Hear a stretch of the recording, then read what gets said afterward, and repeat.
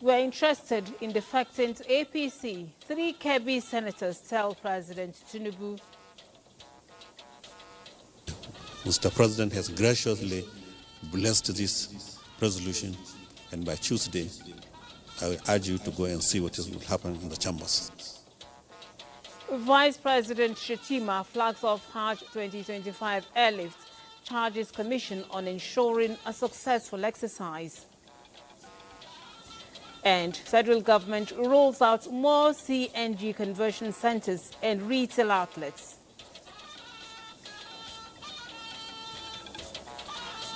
The energy transition program is less than 1 year old.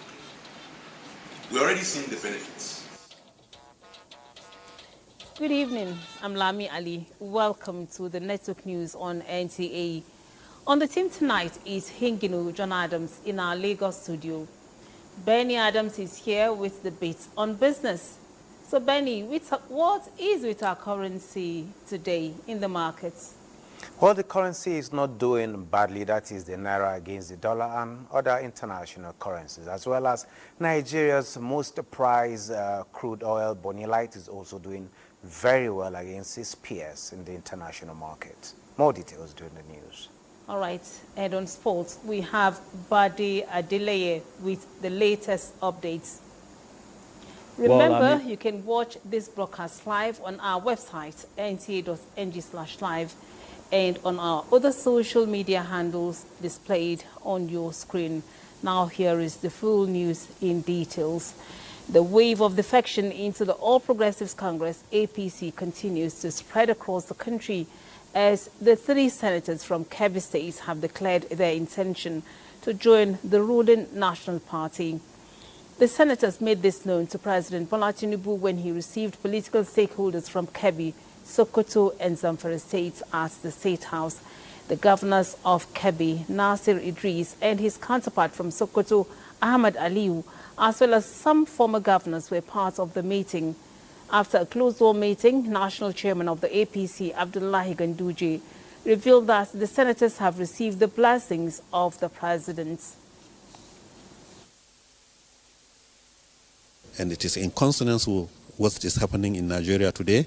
Almost every week in the Senate, House of Representatives, you see members of other political parties decamping into our party. So we came here so that Mr. President will bless this resolution.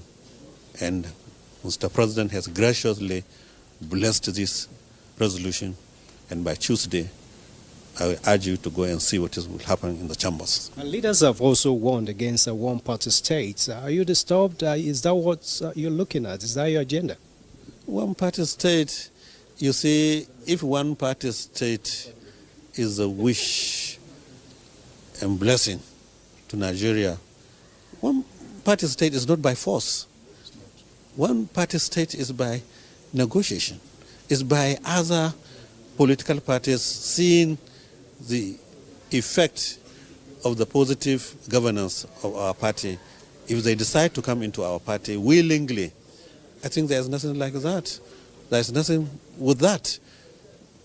Today, democratic China is one of the most strong countries in the world, and it's a one-party system. We are not saying that we are working for one-party system, but if that is the wish of Nigerians, we cannot quarrel with that. You know, they say too many cooks spoil the soup.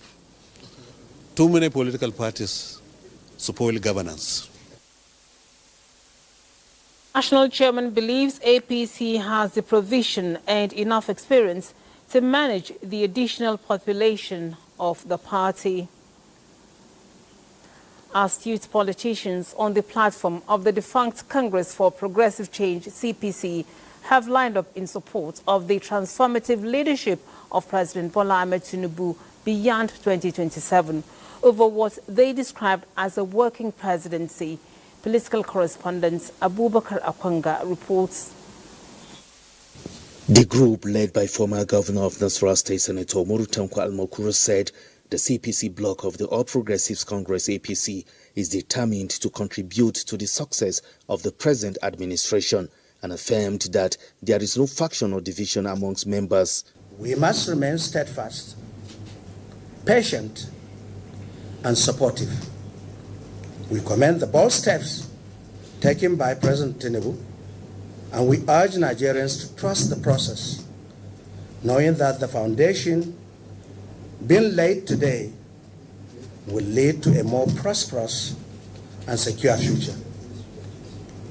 Senator Almakura further appealed to Nigerians to rally around the renewed hope agenda of the president and urged those craving for immediate solutions to Nigerian economic challenges to remain resolute and confident under the APC administration.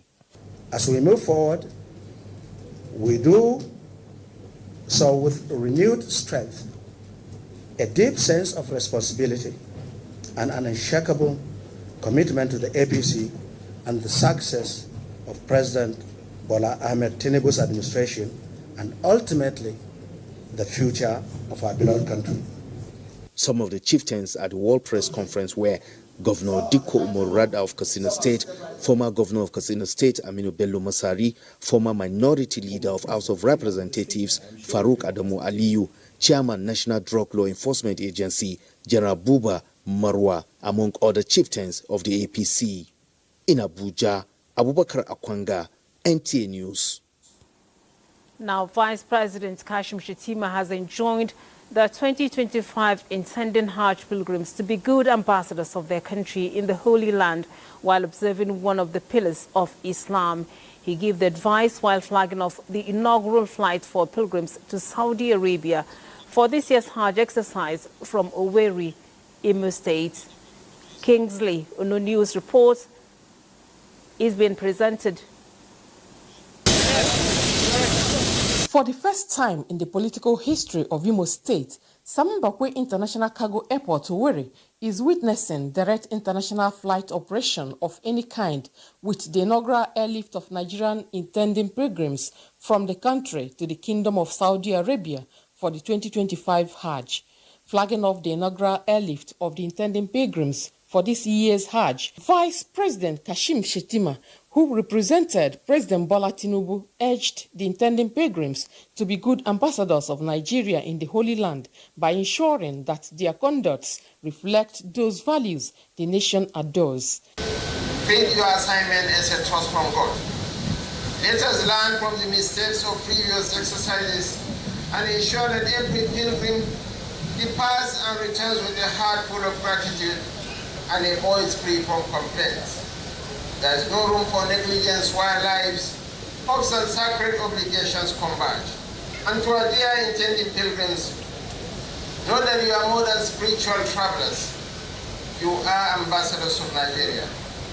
You carry with you not only your faith, but also the pride and dignity of this nation.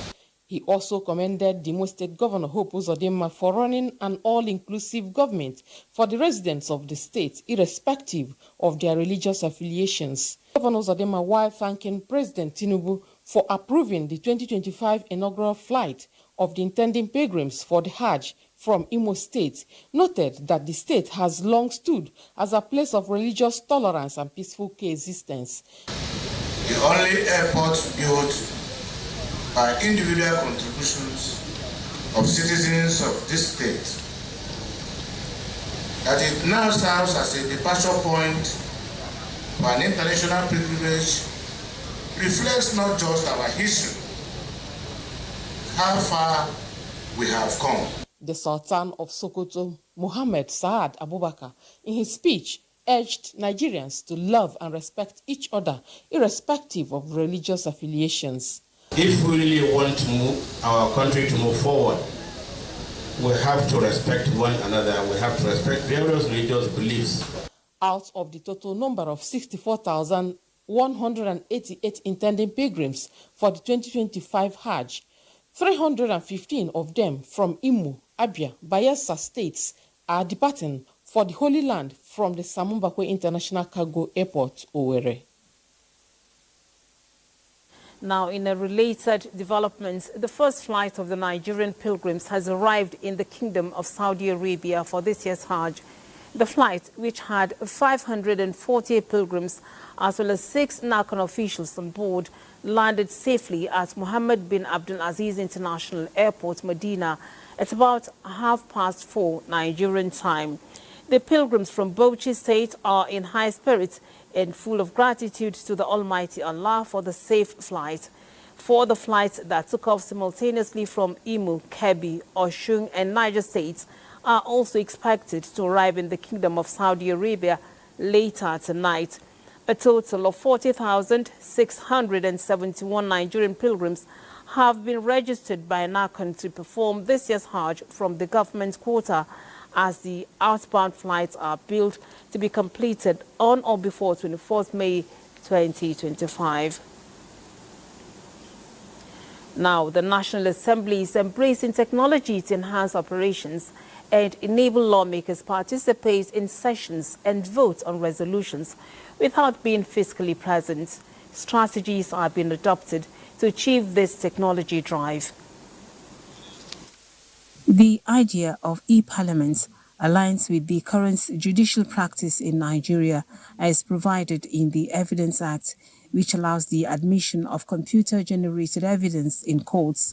This retreat for top management of the National Assembly is laying out plans and designing ways to effectively delegate and discharge responsibilities using digital platforms in the legislature.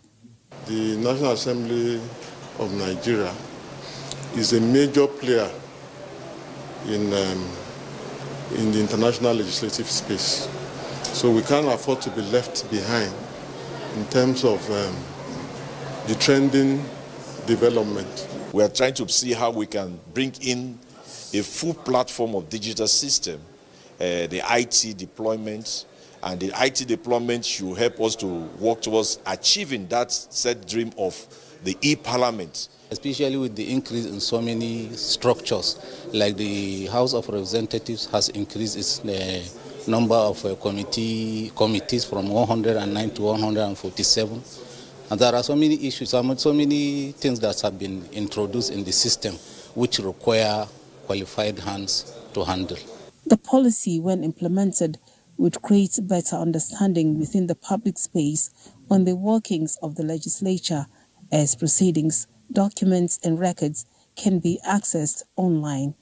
Transformation of our research methodologies, digitalization of our system, especially the archiving system, these are all the things we need digital transformation to achieve. To preserve institutional memory, and we are going to look at things like staff discipline, and we do look a little bit into staff welfare also. Management would be able to develop a strategy, work plan, and vision that would help to keep in place the very important role that National Assembly plays in supporting and sustaining our democracy. The retreat has as its theme building an accountable, transparent and resilient parliament.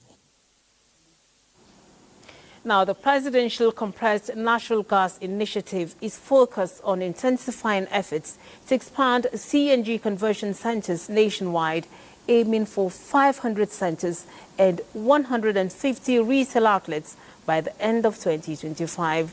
The Chief Executive Officer of the Presidential Initiative, Michael Oluwagbemi, noted that this push is in line with President Tinubu's mandate for the initiative. Lydia Sampson reports. Owners of vehicle conversion centers across Nigeria have applauded the Presidential Compressed Natural Gas Initiative, crediting the program for its rapid growth and positive impact on the sector. The CNG initiative is a timely and strategic intervention that addresses both economic and environmental challenges while creating a sustainable opportunities for citizens and businesses across Nigeria. The conversion center operators distance themselves from recent criticism and alleged smear campaigns against the Presidential Compressed Natural Gas Initiative. They reaffirmed their support for the PCNGI's mission to deliver cleaner, cheaper transport for Nigerians. While thanking them for their continued support, the Presidential Compressed Natural Gas Initiative leadership says the initiative remains focused on delivering targets undeterred by opposition and criticism. It's important that we all focus, following one course until successful. The energy transition program is less than 1 year old. We're already seeing the benefits. Reduction in transportation fare in key routes. Enablement of prosperity and opportunities for businesses and business people. We are going to stay the course. He acknowledged that the opposition is entitled to their opinions. However, a line must be drawn between deliberate smear campaigns and patriotism. The initiative underscores the administration's resolve to drive sustainable energy reforms and economic growth without distraction. In Abuja, Lydia Sampson, NTA News. The Joint Admissions and Matriculation Board has released results of 1,911,551 candidates who sat in the 2025 Unified Tertiary Matriculation Examination, UTME. Olayinka Ojo reports that the results of 39,834 candidates are withheld, while 1,426 others are under scrutiny.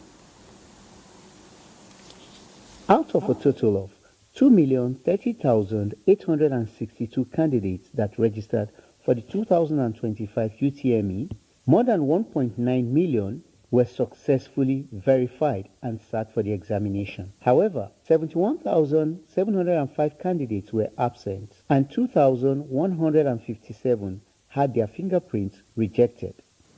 Statistics from the 2025 UTME indicates a significant reduction in cases of examination malpractices. The various innovative measures introduced by the board are proving effective. According to JAMB, 4,756 candidates scored 320 and above, while 24.9% scored between 140 and 159. And a total of 2,031 candidates scored below 100. Regarding underage applicants, JAMB disclosed that 41,027 candidates fell into this category. However, 467 met the benchmark score required for exceptional candidates. Responding to cases of examination malpractice, such as WhatsApp runs, attempted substitution of self by candidates, double NIN registration, among others, the board reports that 21 states were flagged for infractions, with Anambra State topping the list. We will not allow people. We will make sure that we, working with NIMSI and other agencies, ensure that we block this type of loopholes. In its commitment to uphold the integrity of CBT process, JAMB announced the delisting of 4 CBT centers due to substandard performance and fraudulent practices, while 3 others have been blacklisted over technical deficiencies. Olayinka Ojo, NTA News. The National Communication Team has reviewed its midterm performance to ensure transparency and accountability in public communication.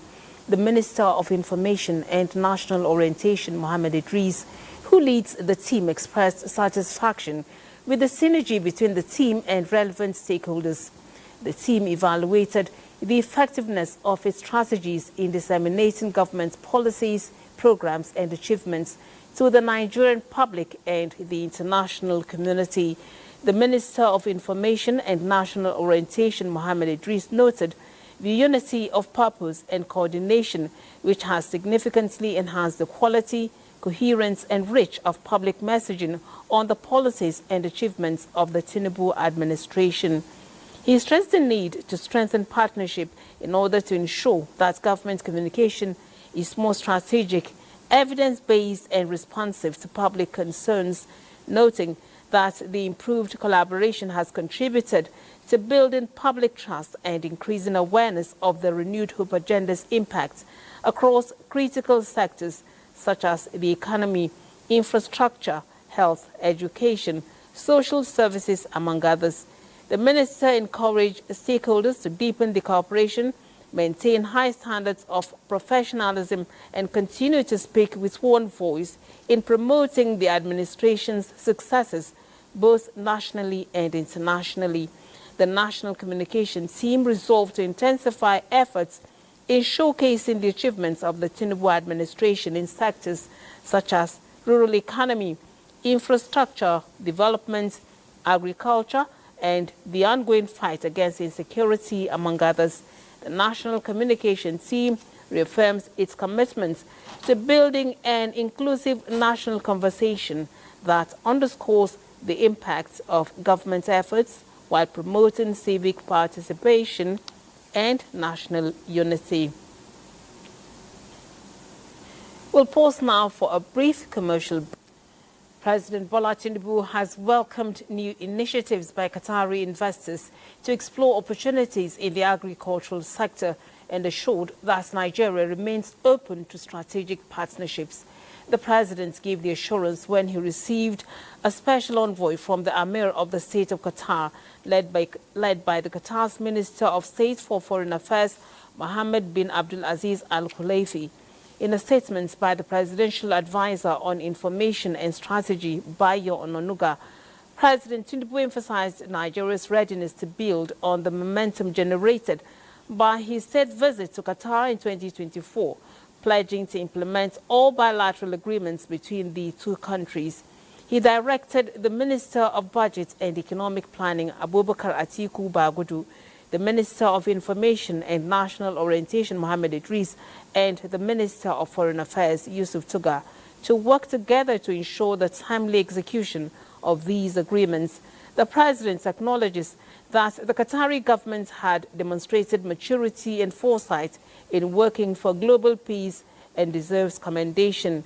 The President said Nigeria's partnership with Qatar can be improved by looking into food sovereignty and economic prosperity. The Qatar's minister conveyed the Amir's desire to strengthen the strategic partnership with Nigeria, particularly in peace building, agriculture, and petrochemicals. He expressed pride in the current level of relations and looked forward to expanding both government-to-government and people-to-people ties.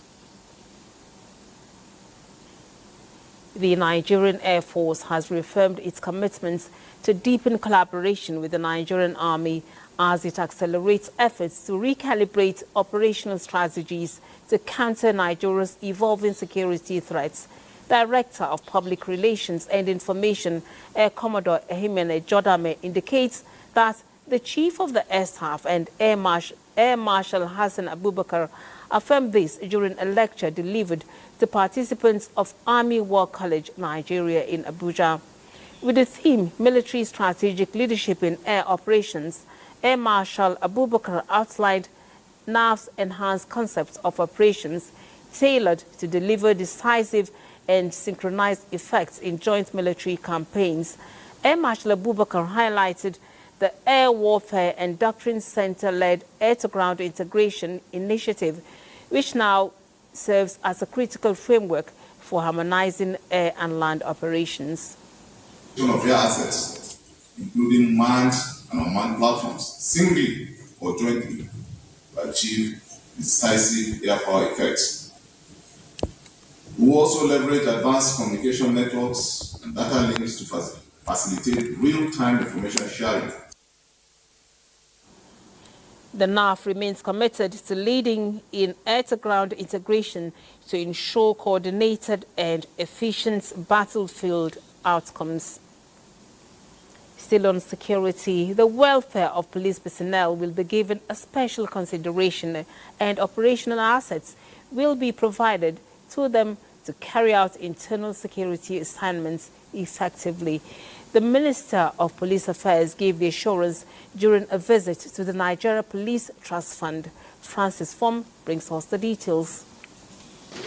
This is the first time the leadership of the Ministry of Police Affairs is visiting the Nigeria Police Trust Fund.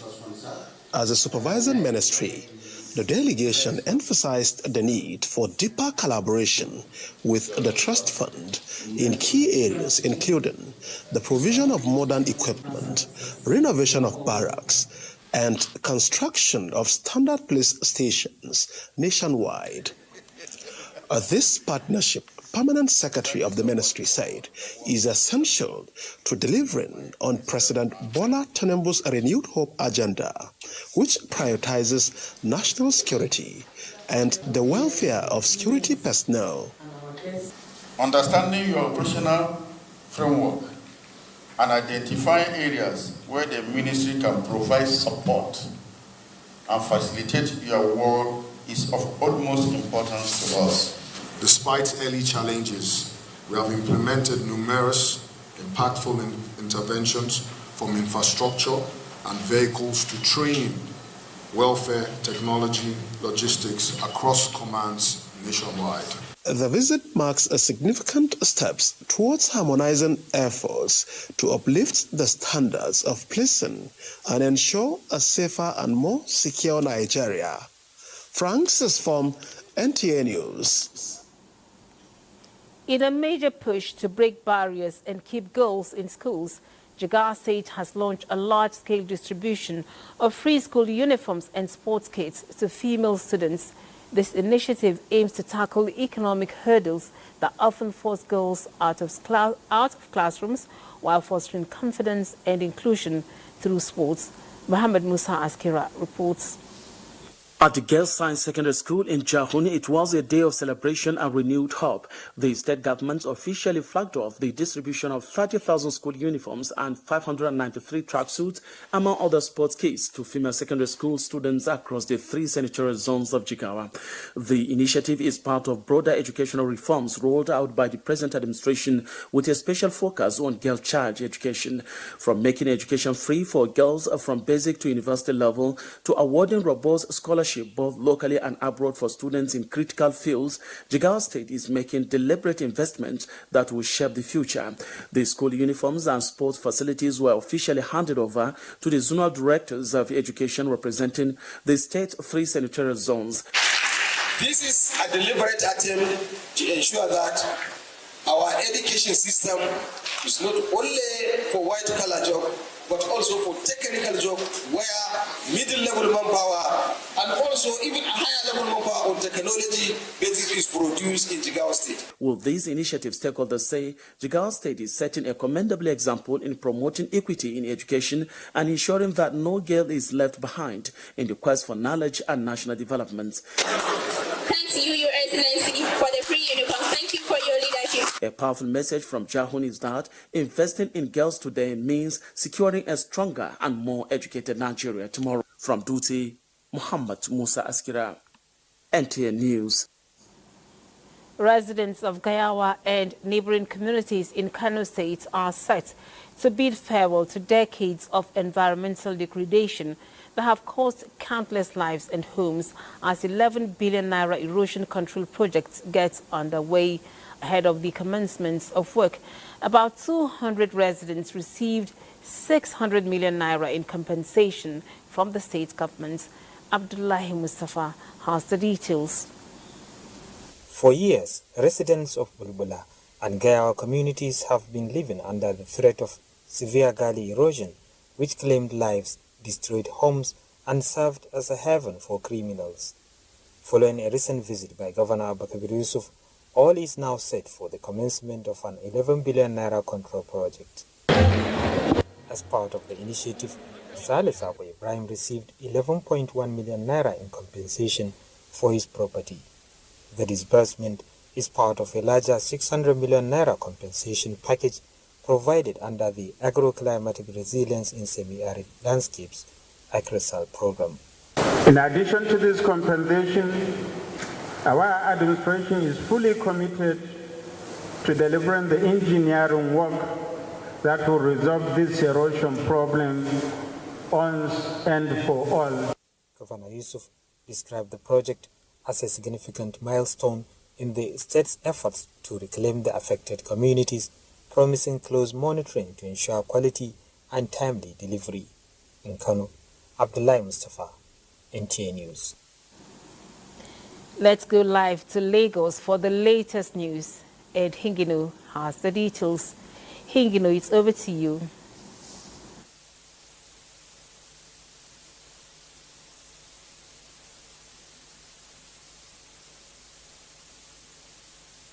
Thank you, Lami, and welcome to Lagos. Nigeria needs a strong PENCOM industry that will provide long-term investment facility to boost economic growth. Minister of Finance and Coordinating Minister of the Economy, Olawale Edun, made this known while urging leaders in the PENCOM industry to sustain the achievement attained in the sector. Lanre Bele has details. This is a convergence of PENCOM industry leaders for the 3-day retreat. They are rubbing minds on sustaining the industry for economic development.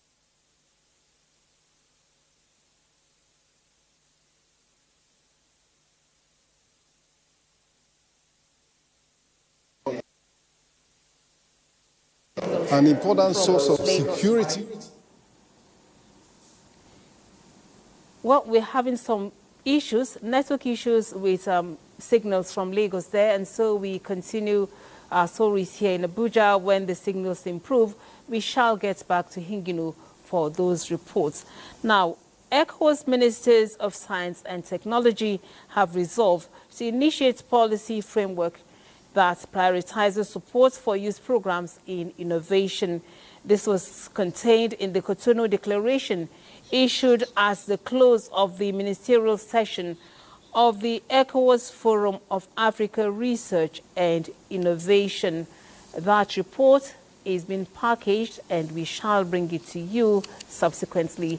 Time now to bring you some messages as we take a break. Declaration is an adoption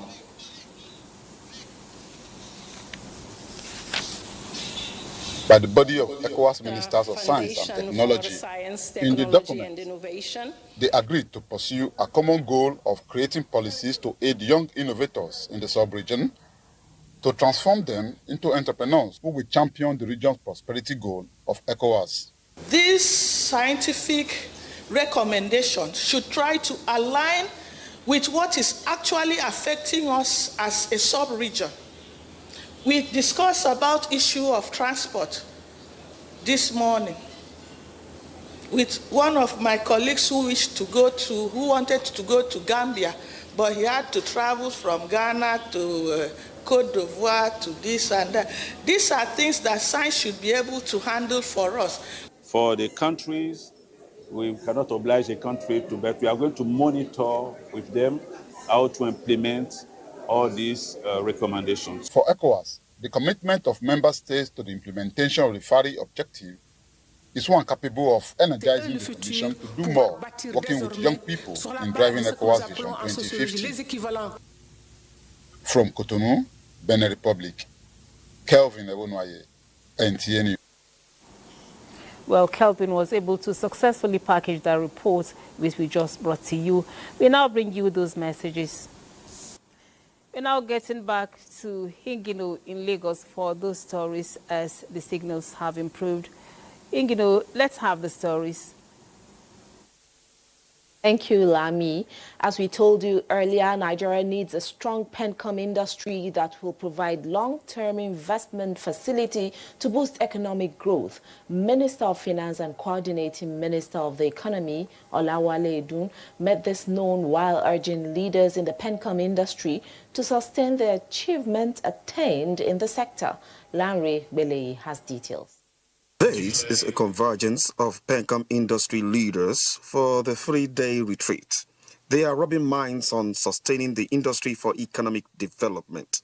Minister of Finance Wale Edun, while speaking to these big wigs in the nation's PENCOM industry, says though considerable achievement has been made, there is need to still do more. Pension industry, which is about 23 trillion naira strong right now, is an important source of savings for workers, an important source of security for them, and at the same time, it is an important source of long-term financing for the economy. Director General of PENCOM describes the retreat as a way to cross-pollinate ideas and vision for the industry's growth. Number of private sector leadership here with us, so we can talk, exchange ideas, and on the basis of that, be able to chart a path forward in terms of the strategy. We believe that as an industry, we must now begin to focus on the now and the future. Investments in areas of infrastructure, agriculture, business schemes, and other sectors were discussed through the lens of PENCOM industry expertise. In Lagos, Larry Bileyi, NTA News.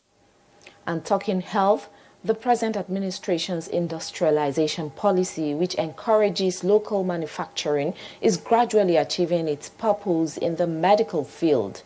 Director General of the National Agency for Food and Drug Administration and Control, NAFDAC, Professor Mojisola Adeyeye, who is spearheading regulation and control of medicines and medical equipment manufacture, says Nigeria recently achieved another WHO pre-qualification of an auto-disable syringe. As of 2023, the number of syringes Nigeria was producing only met 20% of the nation's demand. This means about 80% were imported, and the data is worrisome. But there is good news. Nigeria can now produce more 0.5 mils auto-disabled syringes, a big achievement as the burden of importing syringes will now reduce. This is coming as a benefit of the National Agency for Food and Drug Administration and Control, NAFDAC's attainment of the World Health Organization's Maturity Level 3 for national medicines regulatory authorities. The agency is now recognized as a reliable, well-functioning regulatory authority for medicines and vaccines produced both locally and imported. As of 2023, only 3 of the 7 indigenous syringes manufacturers were functional. The 3 functional facilities have a combined installed capacity of over 2.5 billion syringes per annum. Professor Adeyeye is optimistic that the country will get more pre-qualifications to improve the safety of Nigerians. The attainment of Maturity Level 3 by the nation will further boost the health sector. Those are the stories from Lagos. Network News continues with Benny Adams on the business segment. Well, thank you, Hingino. And talking business, the Securities and Exchange Commission says the implementation of the new Securities and Investment Act 2025 is in full force, as several arrests have been made and prosecution of Ponzi scheme operators ongoing. This is as the SEC continues its campaign against Ponzi schemes, this time at the Day Furniture Market in Abuja. Currently, we have some illegal operators in court. We have Oxford, which is very well known, and some other ones. And not only the illegal ones, even the legal ones that acted in an illegal manner, some of them are also in court, like UK Dion, which is a registered operator, but fleeced people of their hard-earned money, so the SEC goes after them. We will hit every form of communication channel, whether it be radio, whether it's television, every avenue. So no, it's not just in Abuja. And we're going to do it all across the country.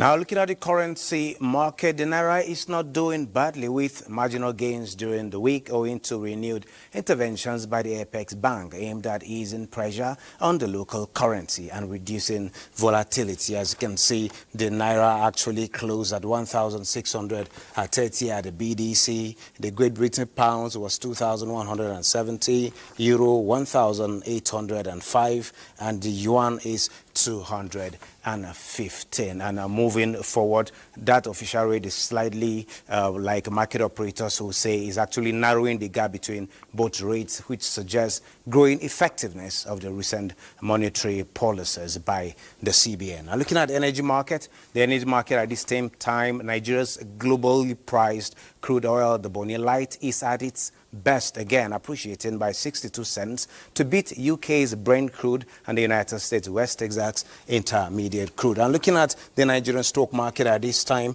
well, today the Nigerian stock market is actually on the red, with Tunisia Tune Index also on the red. But South Africa actually bounced back appreciating marginally by 1.07% at this point. This is it on business at this time. Hello. Thank you, Benny. You're watching Network News at 9. Nigeria has congratulated the Federal Republic of Germany on the election of Friedrich Merz as the country's new chancellor, describing the outcome as a testament to Germany's enduring democratic values.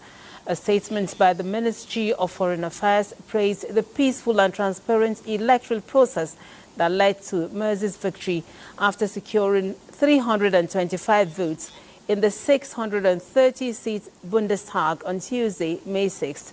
Nigeria also expressed optimism in deepening strategic partnership with Germany under the new leadership to focus in key areas such as trade, investment, security, and sustainable development to further advance multilateral cooperation. Through platforms like the United Nations, the ministry assured Nigeria's support to work closely with Merz administration for the benefits of both nations and the global community. We now take a break. Thank you for staying. Sports News is next with Bade. All right, let's begin from the grassroots. As Afeni Ladies and Golden Sun Sports Club have booked their sports in the semi-finals of the women's tournament of the 2025 Bayelsa State Governors Cup, known as Prosperity Cup. In a game played at the Samson Siasia Stadium in Yenagoa, Afeni Ladies beat Crystal Stars 3-1 on penalties after playing 1-0 at the end of regulation time, while Golden Sun hammered Bayelsa State College of Nursing 5-0. Both teams joined the duo of Bayelsa Stars Queens and S1 Academy in the final. What I know is that my team underrated them because they have been winning them, friendly man, winning them 7-0, 10-0, so they use that same mentality to the game. And that is, if it was the first half, you see that was happening. So we'll give glory to God. Next time, we'll prepare well and come out victorious. We're so elated, we're so happy. Initially, the girls were G3 because of the kind of opponent, due to the fact that this team has been there for long. But I tried to motivate them. Still talking women's football, the Women's World Cup will be expanded from 32 to 48 teams in time for the 2035 tournament in the United Kingdom after the decision was taken during a virtual FIFA Council meeting on Friday. It will take effect from 2031 when the Women's World Cup is due to be staged in the United States. It means the number of matches will jump from 64 under the 32-team format to 104, as will be the case at the Men's World Cup in 2026 in the USA, Canada, and Mexico. Now, Xabi Alonso says he will not be addressing his future until after the season, despite announcing he will be leaving the Bundesliga side at the end of the season. After 2.5 years together, including a memorable domestic invincible season and winning both the Bundesliga and the DFB Pokal, Alonso is set to leave the Black and Reds this summer, with the Spaniard heavily linked with the Real Madrid job should current boss Carlo Ancelotti depart. That does it on Sports Tonight. Let's return to Lime.